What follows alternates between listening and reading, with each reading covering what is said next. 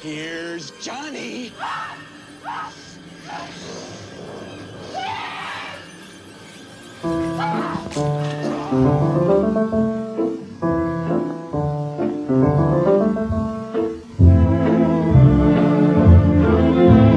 Kalian ada nggak temen yang kalian udah kenal lama, tapi sekarang dia tuh berubah menjadi pribadi yang lebih buruk? Nggak kayak dia yang sebelumnya gitu. Well, mungkin pada awalnya kita berpikir, kok dia gitu ya sekarang ya? Kok dia berubah nggak kayak kita pas main zaman dulu pas SMP, SMA? Mungkin itu yang akan ada di benak kita gitu saat melihat kawan kita yang berubah menjadi pribadi yang lebih buruk. Tapi ada beberapa hal yang perlu kita pikirin sebelum kita berpikir ke teman kita yang berubah itu. Mungkin dia selama lepas dari persahabatan kita, dia ketemu orang yang nggak tepat, lingkungan dia berubah, dan juga lingkungan atau orang-orang di sekitarnya, atau mungkin tempat kerjanya sekarang itu nggak sebagus saat dia sama kita gitu. Karena lingkungan juga berpengaruh. Well, istilah ini dinamakan peer pressure. Kondisi di mana segala sesuatu tindakan, sifat, atau perilaku seseorang itu bisa terpengaruhi oleh lingkungan di sekitarnya. Nah, di video ini gue punya kasus yang sama nih saat gue sehabis nonton film The Shining. Film garapannya Stanley Kubrick yang diadaptasi dari novelnya Stephen King yang judulnya sama juga, The Shining juga. Salah satu tokoh di film ini yang bernama Jack Torrance itu mempunyai kondisi yang kurang lebih sama yang kayak gue bilang di awal video gitu. Awal-awalnya dia tuh ayah biasa aja, ayah yang baik. Ya walaupun memang di masa lalunya ada masalah, tapi dia sekarang sudah tobat. Tapi entah kenapa di film ini dia masuk ke sebuah lingkungan yang baru, mungkin dia tertekan dan dia berubah gitu. Perilaku Jack Torrance ini ada pengaruhnya dari tempat dia bekerja, lingkungan di sekitarnya, dimana kita nonton film yang satu keluarga ngejaga hotel yang sangat besar, hotel yang bernama Overlook Hotel. Oke, kita masuk saja ke pembahasannya. Inilah peer pressure pada Jack Torrance di film The Shining.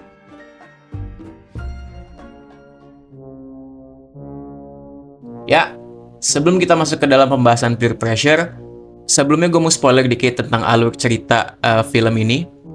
Karena film ini juga udah lama dan juga bisa dibilang ini adalah best classic horror movie ya. Jadi kayaknya semua orang udah pada tahu deh. Atau kita bisa dibilang pop culture movie-nya horror Amerika gitu. Dan juga film The Shining ini adalah film yang paling banyak diomongin atau dianalisis di YouTube. Sinopsis The Shining atau alur cerita film The Shining pada dasarnya itu bercerita tentang Jack Torrance, seorang penulis yang bekerja sampingan sebagai penjaga musim dingin di Overlook Hotel, sebuah hotel terpencil di pegunungan Colorado. Dia membawa istri yang bernama Wendy dan anaknya juga yang bernama Danny, yang punya kemampuan melihat hal-hal goib dan membaca pikiran yang disebut Shining. Saat musim dingin tiba, salju membuat mereka terjebak di hotel, dan Danny mulai melihat kejadian menyeramkan di masa lalu hotel. Dan Jack perlahan menjadi gila karena pengaruh jahat hotel tersebut dan berusaha membunuh keluarganya, termasuk Wendy dan Danny. Istri dan anaknya melarikan diri dari kejaran Jack dengan susah payah, sementara Jack pada akhirnya di film ini mati di hotel yang membeku.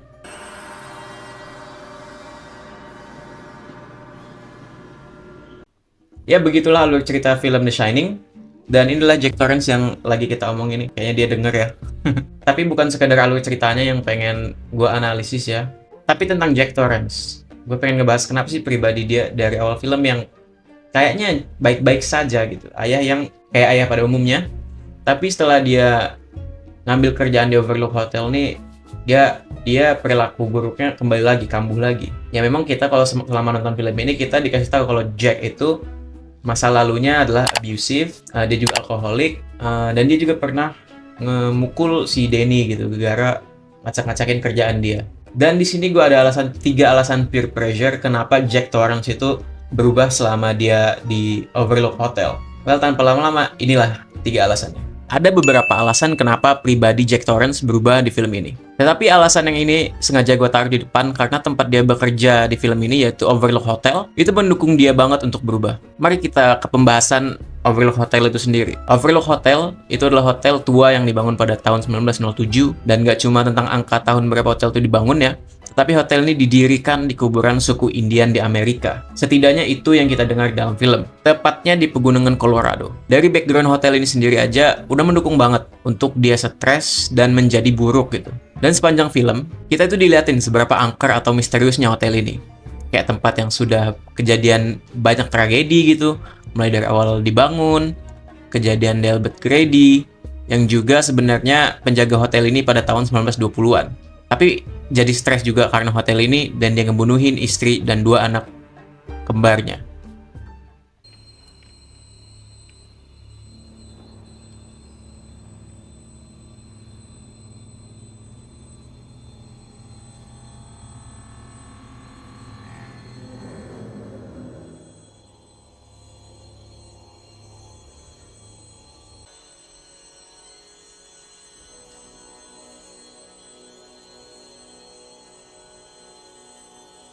Dari background hotel ini sendiri aja udah ngedukung banget dia untuk stres gitu kan. Dan sepanjang film kita diliatin seberapa angker dan misteriusnya hotel ini, kayak tempat-tempat pojok-pojok hotel yang memang punya cerita tersendiri gitu. Tragedi-tragedi di hotel ini, dan juga ada kejadian Delbert Grady yang juga sebelumnya adalah penjaga Overlook Hotel juga sebelum si Jack. Dan juga ceritanya juga sama, dia juga ngebunuhin keluarganya, termasuk istri dan 2 anak kembarnya. Dan lokasi hotel yang juga terpencil di pegunungan Colorado itu bikin Jack semakin stres, apalagi dilanda badai salju. Kayak kita nggak ngomong seharian aja kadang kita ngerasa nolep banget kan hidup kita kan.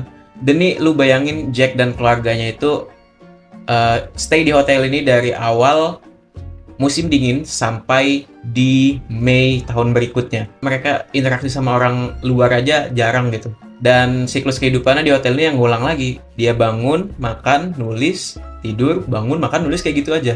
Sampai sepanjang musim dingin gitu. Dan interaksi di film ini kepada orang lain itu dari keluarganya Jack Torrance ini sangat sedikit gitu. Gua ngeliat cuma ada scene Wendy yang ngehubungin polisi hutan gitu kayaknya. Lewat radio itu pun, nggak ketemu langsung. Sampai ada scene di mana kita diperlihatkan Jack itu lagi nulis kerjaan dia dan Wendy ngedatengin buat say hi atau nanya kabar si Jack gimana. Tapi Jack balasnya dengan cara yang kasar gitu, yang rude. Dan sampai akhirnya Wendy diusir dan inilah scene-nya gimana kasarnya dia. We're gonna make a new rule. Whenever I'm in here, you hear me typing. Whether you don't hear me typing, what the fuck you hear me doing in here, when I'm in here, that means that I am working. That means don't come in. Now, do you think you can handle that? Yeah. Fine. Why don't you start right now and get the fuck out of here? Dan alasan yang kedua adalah potensi lama yang muncul kembali. Apa maksudnya? Maksud di sini adalah dia punya pengalaman abusive dan alkoholik. Dan Overlook Hotel ini kayak apa ya? Nge-trigger masalah dia yang lama itu untuk muncul kembali gitu. Yang kita tahu Jack itu adalah alkoholik, dan dia selama menjadi alkoholik pada zaman dulu tuh itu ngaruhin dia ke perilaku ke keluarganya gitu. Dia sering melakukan kekerasan kepada Danny, kepada Wendy, dan walaupun dia sekarang sudah tobat lah kita bisa bilang gitu, tapi rasa untuk kembali menjadi alkoholik itu masih ada di Jack Torrance ini. Kelihatan di scene-nya dia ke bar dan ketemu Lloyd. Lloyd itu adalah hantu. Lloyd itu adalah kayak apa ya, hantu gitu di Overlook Hotel ini yang kayak nge-trigger dia kembali gitu untuk menjadi alkoholik dan menjadi abusive. Ada dialog di mana yang gue ingat si Jack itu ngomong, I would give my soul for a glass of beer. Kayak dia sedesperate itu gitu untuk glass of beer. Lu ngerela jual jiwa lu untuk segelas bir. My goddamn soul. Just a glass of beer.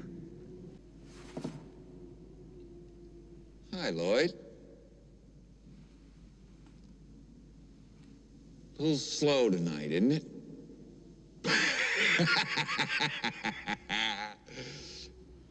Yes, it is, Mr. Torrance. What'll it be? Dan mungkin juga Jack ini masih ada rasa bersalah gitu sama Danny karena dia pernah abusive ke Danny, Tapi dia nggak hatinya nggak seterbuka itu untuk minta maaf langsung gitu ke Danny. Kayak terlihat di scene dimana si Jack Torrance ngobrol sama Lloyd pas lagi minum birnya. Kalau dia tuh kayak apa ya? Kayak akan seakan-akan Danny itu kayak overreacting gitu. Dia cuma narik, nggak terlalu kuat kata dia tuh. Tapi si Danny-nya overreacting. Tapi dislokasi tangan anjing, itu bukan overreacting, elunya emang Dan juga dia kesel sama Wendy karena si Wendy-nya ngungkit-ngungkit masalah itu. Ya iyalah, orang anaknya dislokasi gimana gak lu ungkit-ungkit. Makanya ya guys, jangan mabok-mabok gitu. Itu lo jadi Jack Torrance mau. Dan alasan yang ketiga atau yang terakhir adalah manipulasi dari hotel itu sendiri, atau khususnya di sini adalah Delbert Grady.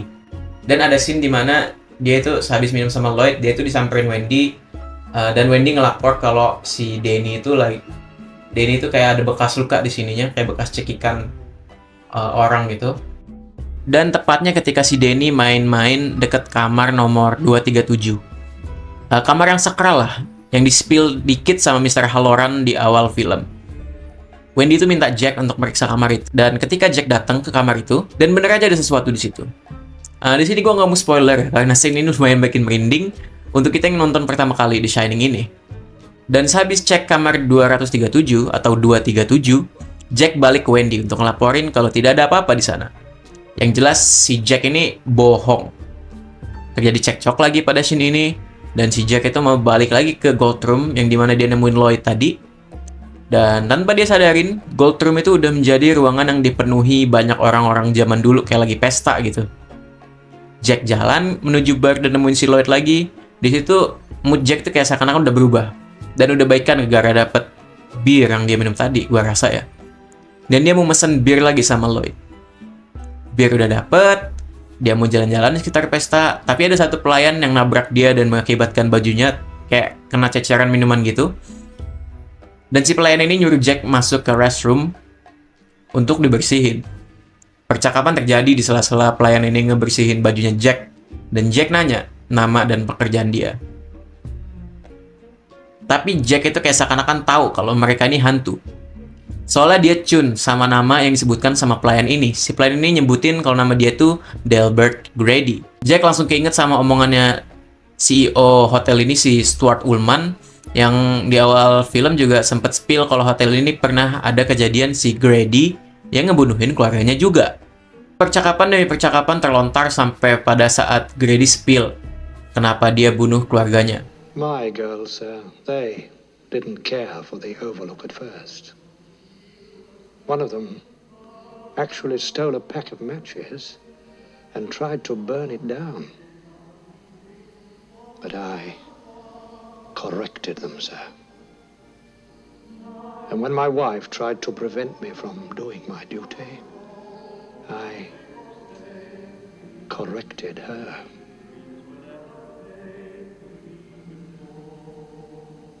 Maksud di corrected them sir ini, si Grady itu ngelihat keluarganya juga pada zaman dulu itu pengen ngebakar hotel ini.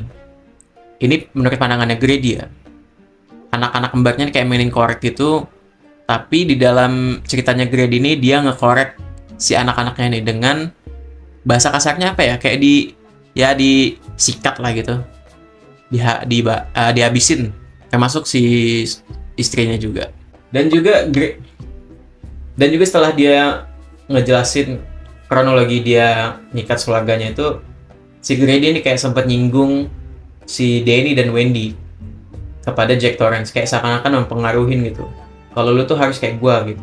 Delbert Grady itu nganggep kalau Wendy dan Danny itu adalah pengganggu yang sama kayak dia zaman dulu gitu. Dia ngomong ke Jack Torrance kayak lu tuh harus menyingkirkan segala gangguan yang akan terjadi kepada hotel ini.